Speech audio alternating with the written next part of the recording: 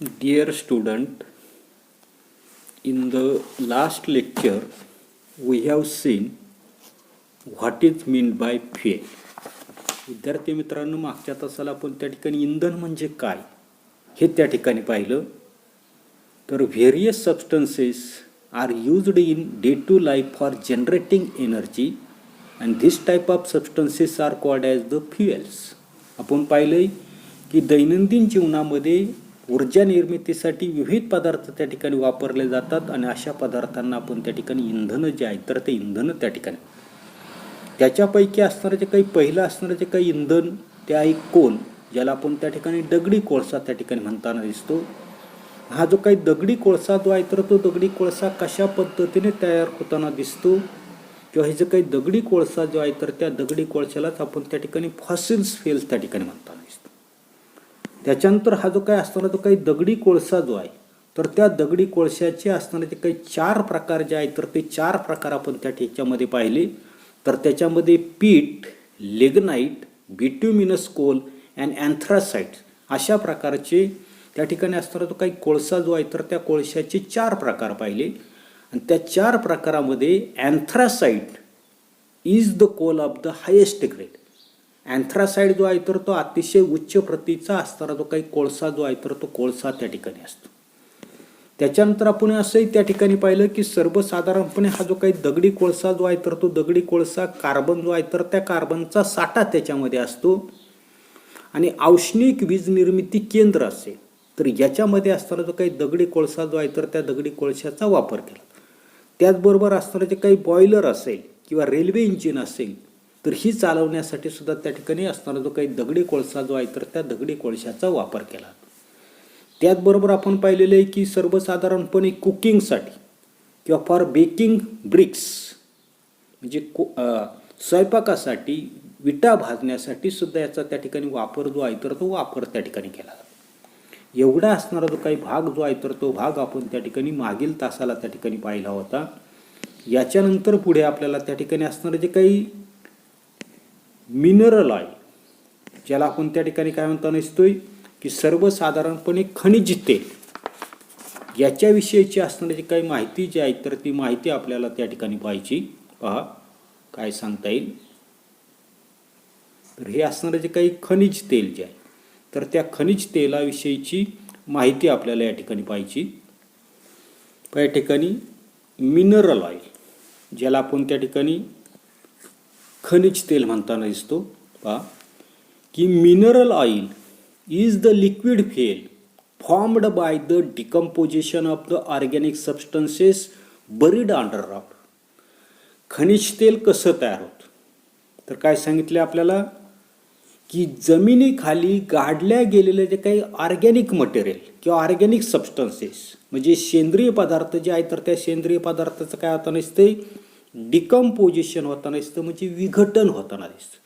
आणि विघटनाच्या क्रियेतून तयार झालेला जो काही लिक्विड अशा प्रकारचं फ्युएल म्हणजे द्रवरूप अशा प्रकारचं इंधन ज्यालाच आपण काय म्हणताना दिसतंय तर त्या ठिकाणी मिनरल ऑइल्स त्या ठिकाणी म्हणताना दिसतं.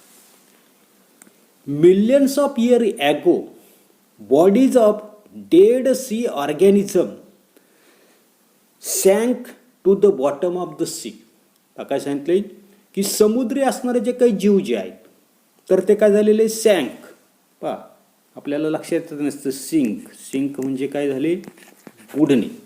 आणि त्याचा असणारा जो काही भूतकाळ जो आहे तर तो भूतकाळ आपल्याला या ठिकाणी सांगितलं सँक म्हणजे समुद्री जीव मृत झाल्यावर ते समुद्राच्या तळाशी त्या ठिकाणी गेले. आणि पुढे काय झालेलं आहे की layer of the soil and sand collected on they. आणि हे जे काही समुद्री जीव मृत झाल्यानंतर ते तळाला गेले. तळाला गेल्यानंतर त्याच्यावर माती आणि वाळू जे असणारे जे काही थर जे आहेत तर ते थर काय झाले त्या ठिकाणी जमा झाले.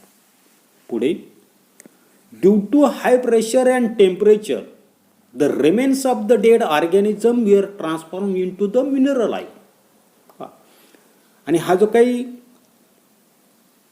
प्राणी जे आहेत तर ते तळाशी गेले, त्याच्यावर माती आणि वाळूचा थर त्या ठिकाणी जमा झाला आणि हाय प्रेशर म्हणजे उच्च अशा प्रकारचा दाब आणि उष्णता यामुळे या मृत जीवांच्या अवशेषाचे असणारे जे काही खनिज तेल जे आहे तर त्या खनिज तेलामध्ये काय झालेले रूपांतर जे आहे तर ते रूपांतरण त्या ठिकाणी झालेलं आहे. येते याच्यानंतर पुढे पाहतो. त्याच्यानंतर the underground mineral oil is attracted through the oil wells. आणि अशा प्रकारचं खनिज तेल जे आहे तर ते भूगर्भ जो आहे तर त्या भूगर्भामधून काय केलं तर विहिरीद्वारे काय केलं तर बाहेर त्या ठिकाणी काढलं जातं.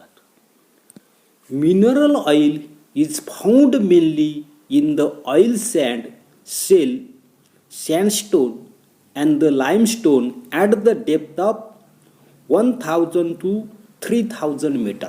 पाहतो हे जे काही खनिज तेल जे आहे तर ते खनिज तेल प्रामुख्याने कशामध्ये आपल्याला सापडतोय तर पहिले आपल्याला सांगितले सेल्स, ज्याला आपण पंकाश्म त्या ठिकाणी म्हणताना दिसतो.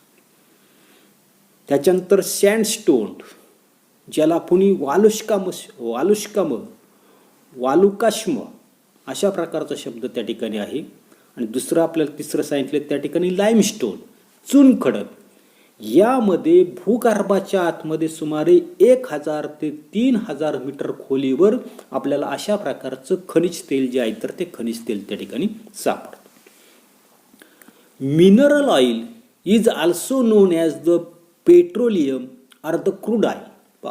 जे काही खनिज तेल जे आहे तर त्या खनिज तेलालाच आपण त्या ठिकाणी पेट्रोलियम किंवा कच्चं तेल म्हणून त्या ठिकाणी ओळखलं जातं. It is greenish brown in colour. आणि हे जे असणारे जे काही खनिज तेल जे आहे तर ते खनिज तेल कसं सांगितलं आपल्याला ग्रीनिश ब्राऊन इन कलर म्हणजे हिरवट तपकिरी रंगाचं त्या ठिकाणी असतं. Petroleum is a mixture of many compounds mainly of hydrocarbon type. पाहतो की पेट्रोलियम जे आहे तर ते पेट्रोलियम प्रामुख्याने हायड्रोकार्बन या प्रकारच्या अनेक संयुगाचं मिश्रण त्या ठिकाणी असतं.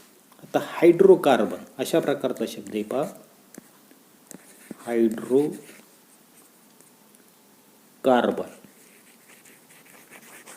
दोन शब्द त्याच्यामध्ये म्हणजे हायड्रोजन आहे आणि कार्बन आहे. आता इथे काय सांगितलं पहा की petroleum is a mixture of many compounds mainly of hydrocarbon type. Petroleum हे प्रामुख्यानं हायड्रोकार्बन या प्रकारच्या अनेक संयुगाचं त्या ठिकाणी विसरण असतं. आता त्याच्यामध्ये काय काय असतं बा, इट ऑल्सो कंटेन का compounds of the oxygen, nitrogen and sulphur. Petroleum हे प्रामुख्याने आपण पाहिलं की हायड्रोकार्बन या प्रकारच्या अनेक संयुगाचं मिश्रण असून त्याच्यामध्ये ऑक्सिजन असेल, नायट्रोजन असेल, गंधक असेल याची संयुग त्याच्यामध्ये असतात. Petroleum is extracted through the oil well and refined by the fractional distillation to separate the other components.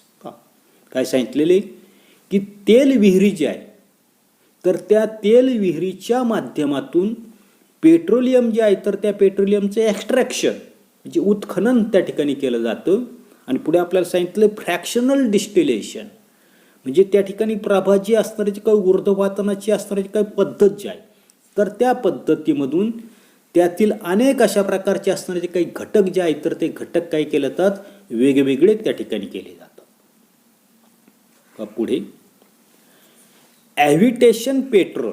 आता ॲव्हिटेशन पेट्रोल म्हणजे कोणतं तर विमानाचं असणारं जे काही पेट्रोल त्याला म्हटलेलं आहे ॲव्हिटेशन पेट्रोल. त्याच्यानंतर gasoline, diesel, kerosene, naphtha, lubricating oil, tar are all obtain from the petroleum. काय सांगितलंय की पेट्रोलियमपासून काय केलं तर विमानाचं पेट्रोल असेल, आपण वापरतो ते पेट्रोल असेल, डिझेल असेल, केरोसिन असेल, नॅफ्था असेल, लुब्रिकेटिंग ऑइल म्हणजे वंगण असेल आणि टार म्हणजे डांबर. हे घटक जे आहेत तर ते घटक त्याच्यापासून काय केले जातात मिळवले जातात. They are used as A fuel and for production of the dyes, pesticides, perfumes and artificial fibres. आणि त्याचा उपयोग इंधन म्हणून. तसेच पुढे आपल्याला सांगितलंय की डाईज म्हणजे रंग असतील. त्याच्यानंतर पुढे आपल्याला सांगितलंय की त्या ठिकाणी पेस्टिसाइड्स जंतुनाशक असतील, परफ्युम्स म्हणजे सुगंध द्रव्य असतील, किंवा पुढे आपल्याला सांगितले आर्टिफिशियल फायबर म्हणजे कृत्रिम अशा प्रकारचे असणारे जे काही धागे जे आहे, तर ते धागे तयार करण्यासाठी सुद्धा अशा प्रकारचं हे जे इंधन जे आहे, तर त्या इंधनाचा असणारा जो काही वापर जो आहे, तर तो वापर त्या ठिकाणी केला जातो. त्याच्यानंतरचं दुसरं आपल्याला पाहिजे नॅचरल गॅस, ज्याला आपण त्या ठिकाणी नैसर्गिक वायू त्या ठिकाणी म्हणताना दिसतो पहा, की natural gas is an important fossils fuels. नैसर्गिक वायू जे आहे, तर ते महत्त्वाचं फॉसिल म्हणजे जीवाश्म इंधन. आता जीवाश्म इंधन आपण पाहिले की कोळसा जो आहे, तर तो कोळसा कोळशालाच काय म्हणतो आपण त्या ठिकाणी जीवाश्म इंधन त्या ठिकाणी आहे. वनस्पतीची जी अवशेष जे आहे, तर त्या अवशेषापासून त्या ठिकाणी ते तयार झालेलं आहे. तर अशाच प्रकारचा असताना जो काही नैसर्गिक वायू जे आहे, तर ते नैसर्गिक वायूसुद्धा महत्त्वाचं अशा प्रकारचं जीवाश्म इंधन त्या ठिकाणी. It is found associated with the petroleum in underground oil wells and in some places as natural gas आल.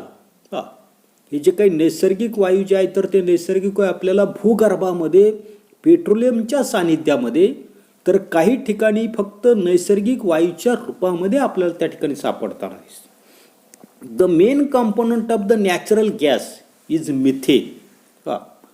की हा जो काही नैसर्गिक वायू जो आहे, तर त्या नैसर्गिक वायूमधले असणारे जे काही मुख्य अशा प्रकारचे असणारे जे काही कॉम्पोनंट जे आहे, तर त्या कॉम्पोनंटमध्ये पहिलं आपल्याला सांगितलं मिथेन. त्याचा फॉर्म्युला दिलेला आहे CH4. हे 9वीला 10वीला आपण त्या ठिकाणी फॉर्म्युले त्याचे पाहणार आहोत, म्हणजे त्याच्यामध्ये मिथेन आहे. दुसरं आपल्याला सांगितलं इथेन, त्याचा फॉर्म्युला आहे C2H6. त्याच्यानंतरचं propane C3H8 and butane C4H10 are present in the small proportion. काय सांगितलेलं आहे की नैसर्गिक वायू जो आहे, या नैसर्गिक वायूमध्ये कोणते त्या ठिकाणी वायू असतात, तर त्या ठिकाणी मिथेन, इथेन, प्रोपेन आणि ब्युटेन हे जे काही घटक जे आहेत, तर ते घटक अल्प प्रमाणामध्ये नैसर्गिक वायू जो आहे, तर त्या नैसर्गिक वायूमध्ये आपल्याला त्या ठिकाणी आढळून येताना दिसतात. त्याच्यानंतर पुढे पहा, natural gas is formed from the remains of the organism buried deep underground and subjected to high pressure. जसं खनिज तेल त्या ठिकाणी तयार होताना दिसतं, तर तशाच पद्धतीचं या ठिकाणी आपल्याला लक्षात येताना नसते की नैसर्गिक वायू हा सुद्धा काय होता नसतो, भूगर्भामध्ये असणारे जे काही सजीव जे आहे, तर त्या भूगर्भामध्ये सजीवांचे असणारे जे काही अवशेष जे आहेत, तर त्या अवशेषापासून उच्च दाबाखाली ते तयार होताना दिसतात. आणि पुढे आपल्याला सांगितले की this fuel can be carried over the long distance by the means of the gas pipelines.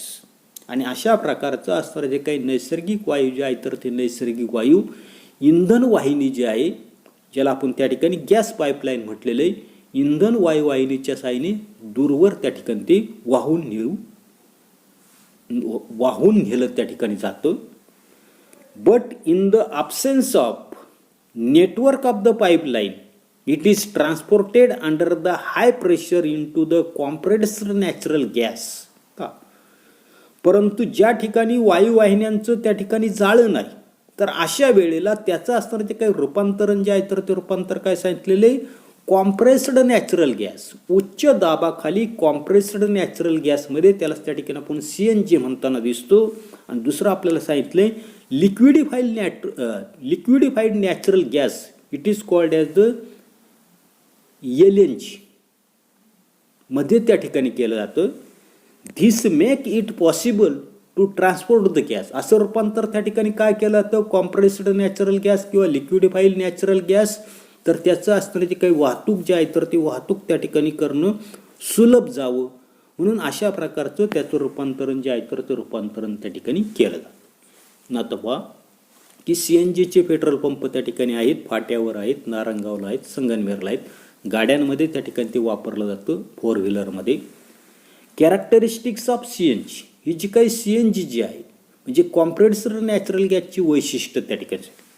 पहिलं आपल्याला सांगितले कॅचेस फायर इझिली, सहज त्या ठिकाणी पेट घेताना दिसतं. दुसरं आपल्याला सांगितले no solid waste remains after combustion, हे जाळल्यानंतर घन कचरा त्या ठिकाणी शिल्लक राहताना दिसत नाही. जसं आपल्या लक्षात येतं नसते की लाकूड त्या ठिकाणी जाळलं, त्याच्यावर काही शिजवलं तर आपल्या लक्षात येतं नसते की कोजळी त्या ठिकाणी तयार होत नसते.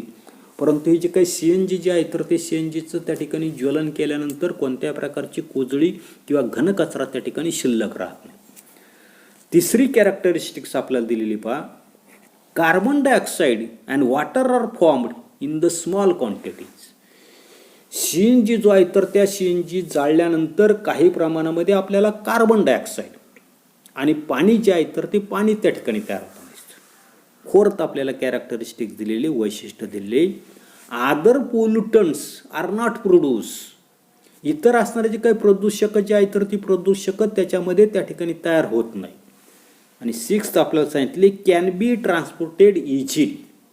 सहजतेने त्या ठिकाणी ते वाहून नेत आहेत. उदाहरणार्थ पण पाहिलं की ज्या ठिकाणी पाईपलाईन असेल तर त्या पाईपलाईनच्या मार्फत, किंवा दुसरं ज्या ठिकाणी पाईपलाईन नसेल तर अशा ठिकाणी आपण त्या ठिकाणी कॉम्प्रेस्ड नॅचरल गॅस किंवा लिक्विडिफाईड नॅचरल गॅसच्या रूपामध्ये त्याचं वहन जे आहे तर ते वहन त्या ठिकाणी केलं जातं. टाक्या ज्या आहेत, सिलेंडर जे आहेत तर त्या सिलेंडरमध्ये त्याचं वहन त्या ठिकाणी केलं जातं. आणि सहावं आपल्याला दिलेले, combustion can be control easily. याचं जे काही ज्वलन जे आहे तर त्या ज्वलनाचं आपण त्या ठिकाणी सहज अशा प्रकारचं नियंत्रण जे आहे तर ते नियंत्रण त्या ठिकाणी करू शकतो. त्याच्यानंतर पहा पुढे, डू यू नो दिलेले, तुम्हाला माहिती आहे का. काय दिलेले की fossils are preserved remains of the dead organism in rocks. मागे आपण त्या ठिकाणी पाहिले की सर्वसाधारणपणे नैसर्गिक वायू जे आहे तर ते नैसर्गिक वायू हे सर्वात महत्त्वाचं जीवाश्म इंधन. त्याच्यानंतर दगडी कोळसा सुद्धा त्या ठिकाणी जीवाश्म इंधन. आता हे जीवाश्म इंधन म्हणजे काय तर पहा काय सांगितले की जीवाश्म शब्द पहा काय आहे, जीवाश्म. आता जीवाश्म म्हणजे काय तर पहिलं आहे जीव. आता जीव म्हणजे काय तर सजीव सृष्टी. बरोबर, काय म्हटलंय, सजीव सृष्टी. आणि अश्म, अश्म म्हणजे दगड. म्हणजे जीवाश्म म्हणजे काय तर जीवांचे दगडामध्ये रूपांतर झालेले भाग. बरोबर. पुढे फॉसिल्स आर, काय म्हटलेले की fossils are signs of their existence left behind by the organism that got buried millions of the year ago. हे काय जीवाश्म म्हणजे काय तर लाखो वर्षापूर्वी गाडल्या गेलेल्या सजीवांनी मागे ठेवलेल्या आपल्या अस्तित्वाच्या खुणा त्या ठिकाणी पहा की sometimes impression of the organism are seen on the surface of the coal and the stones. काही वेळा या सजीवांचे असणारे ते काही इम्प्रेशन जे ठसे जे आहे तर ते ठसे आपल्याला काय होता नसतात, कोळसा असेल, दगड असेल तर याच्या पृष्ठभागावर काय होता नसतात आपल्याला आढळून त्या ठिकाणी येताना दिसतात. येते एवढाच असणारा जो काही भाग जो आहे तर तो भाग आपण या तासाला पाहणार आहोत. पुढील भाग पुढील तासाला त्या ठिकाणी पाहू. धन्यवाद.